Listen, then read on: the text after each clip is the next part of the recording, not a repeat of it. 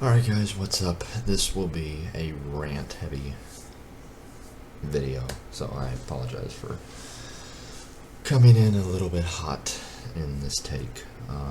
There was a lot that we did not do well in this game, that specifically in the first half. I thought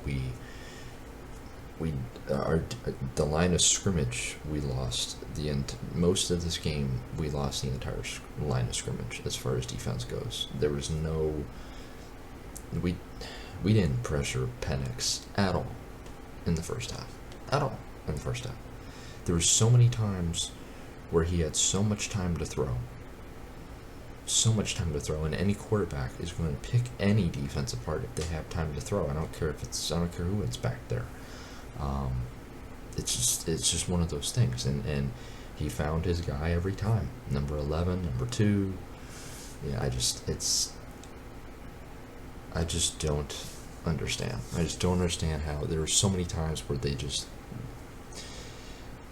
I don't know if they were just not awake in the first half. There were so many times where there were so many nerves, and there were so many just complete lack of awareness of certain wide receivers being open. I mean, there were so many times where the defense. A lot of times there's so many situations that I saw in the Pac-12 game where most of our safeties and corners and no one was just defending. It was just like, and the guys that were trying to pick up certain wide receivers on Washington, they would literally, I guess they just got fooled by the way Penix was looking, and they would just completely stop covering one guy, continue, and then literally stop. And then that guy just continues, and then Penix just throws to him, and the guy's wide open. So they weren't continuing their progressions down and staying with their man. So a lot of mismatches, a lot of just not being able to stay with your man.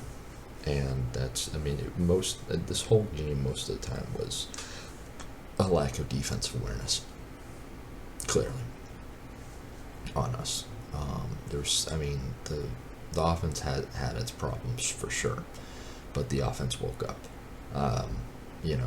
Nix was like, I don't know what he ended with, 26 out of 31 attempts, I think he had, something like that.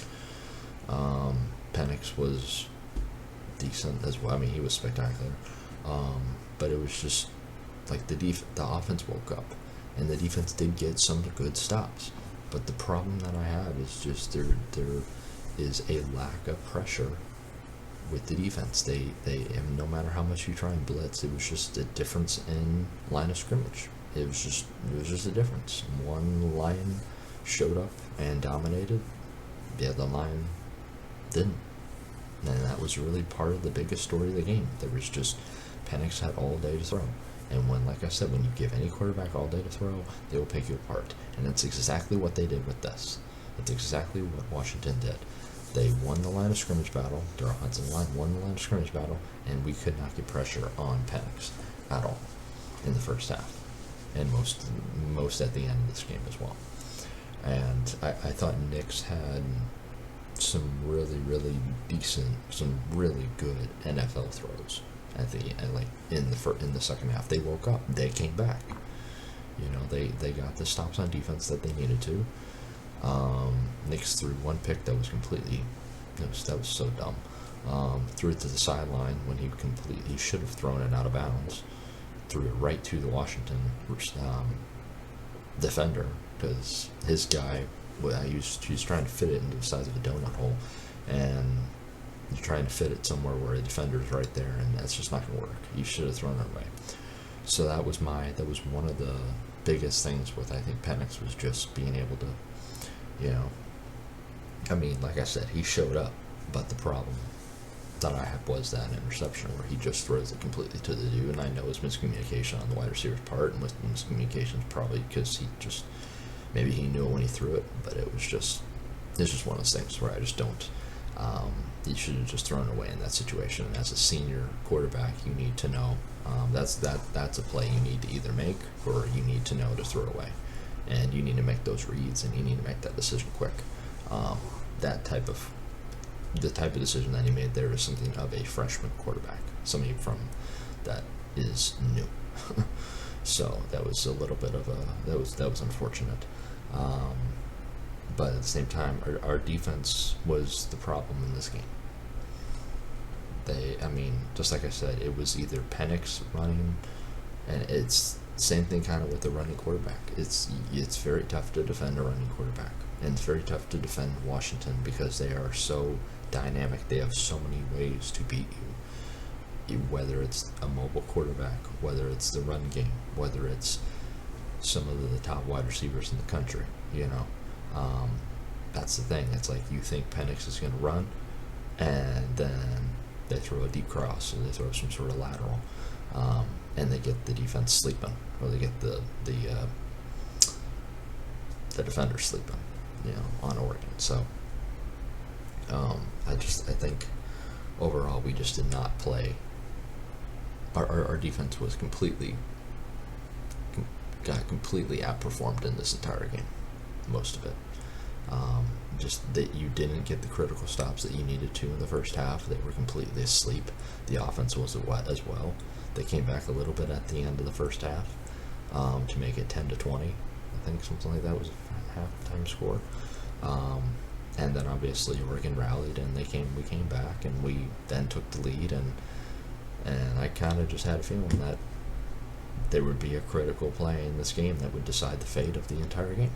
And that was the onside kick decision by Dan Lanning at 2:14 left on the clock in the game to literally so Nick throws a bomb to, I don't know who it was that he threw it to, but it was probably the best pass he had of the entire night, play of the game for at least Oregon.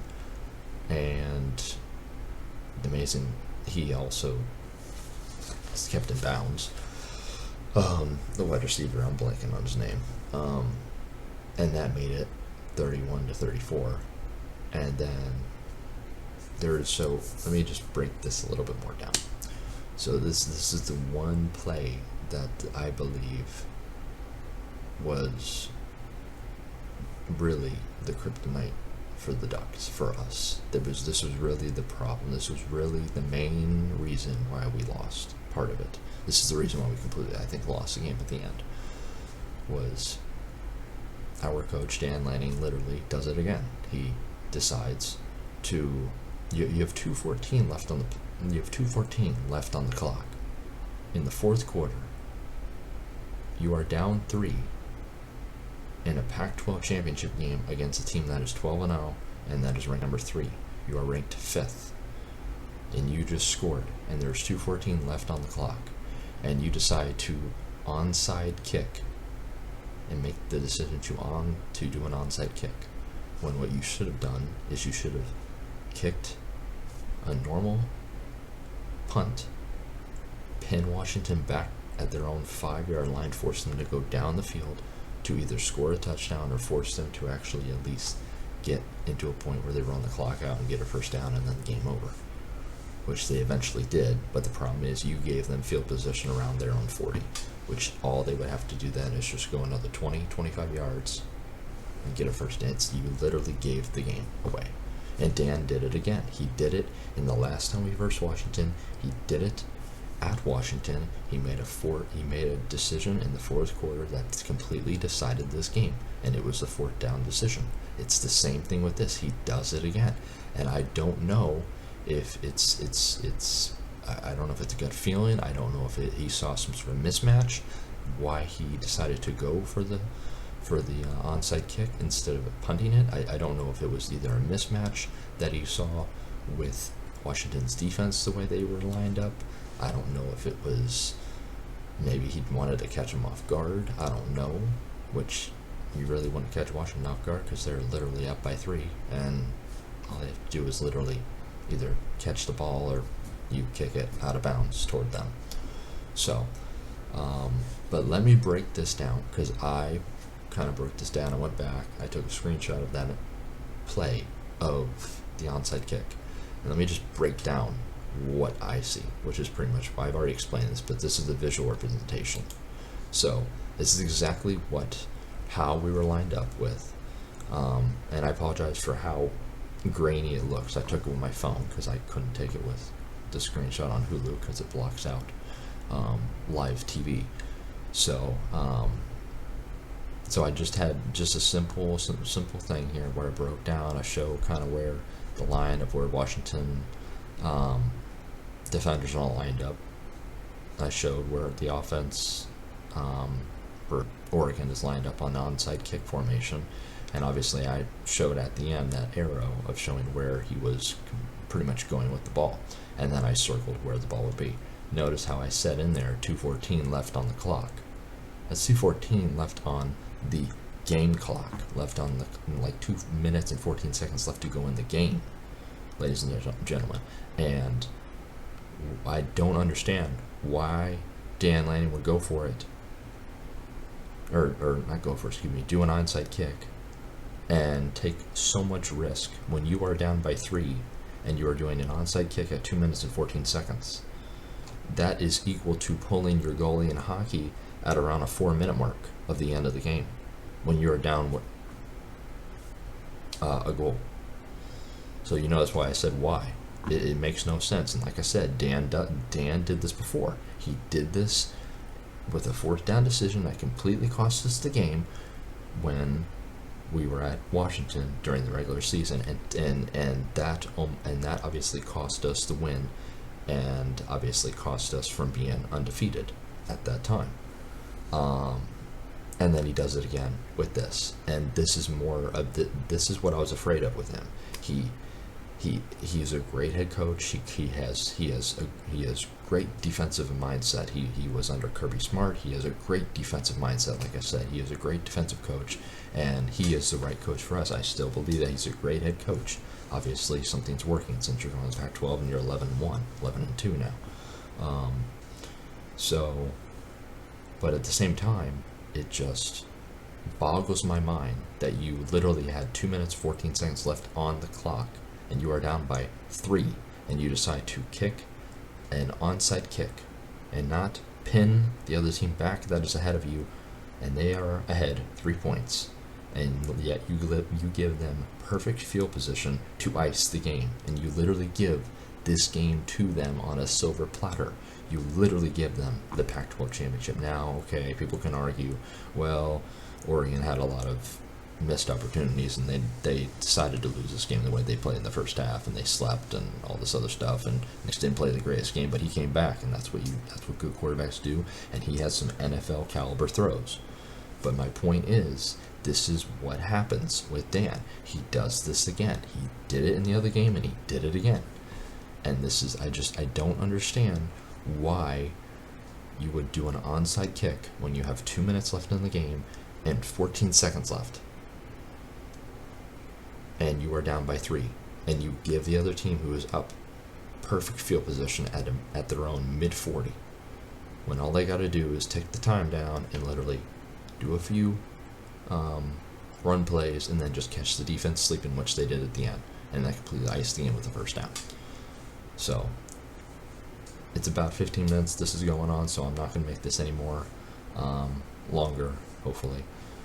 But I just wanted to just rant out my frustration, and forgive me, guys. This is just one of those videos where you're just going to forgive me that I needed to break this down. I needed to come in here fresh, with just seeing everything that played out. And obviously, Washington deserved to win this game. I still think we could have won this game. We should have won this game. But there's no excuse for doing an onside kick right at that point. So, my takeaway is that Dan Lanning again screwed up. He did it again. It makes zero sense to do an onside kick there. I get it when it's 50 seconds. I get it when, you have a minute left. I get it. But that is too much time on the clock. Like I said, it's like in hockey. You pull your goaltender, you're down a goal, but you pull them around a 4 or 5 minute mark of the game. Probably over exaggerating, but you get my point. But as an Oregon fan, this isn't the first time he's done this. That's my point. This isn't the first time he's done this, where he's literally made some sort of risky play call at the end of the game. And not to mention, this doesn't have anything. If this happened during the season, okay, fine. But it did against the same team at the end of the game, which that call decided the game and decided the outcome. This is the same team. At the end of the game, that onside kick decided the fate of the game. Decided who decided, kind of gave Washington or the game the win. And he does it again. So it's one thing if you do it. It's one thing if this was his first time doing this, but it's against the same team at the end of the game with the game on the line.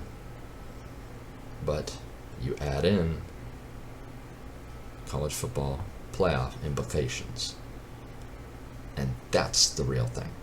It's not regular season. You think he'd learn to not pull this crap in a pivotal championship football game like the Pac-12. Again, I'm done. That's about it. I'm really angry. Really just wanted to rant. Wanted to just call out that error. And again, like I said, Dan did it again. And maybe he'll explain in the press conference. I haven't even watched it. I don't even know if I want to watch it. I don't even know if I want to hear him explain it, because this makes no sense.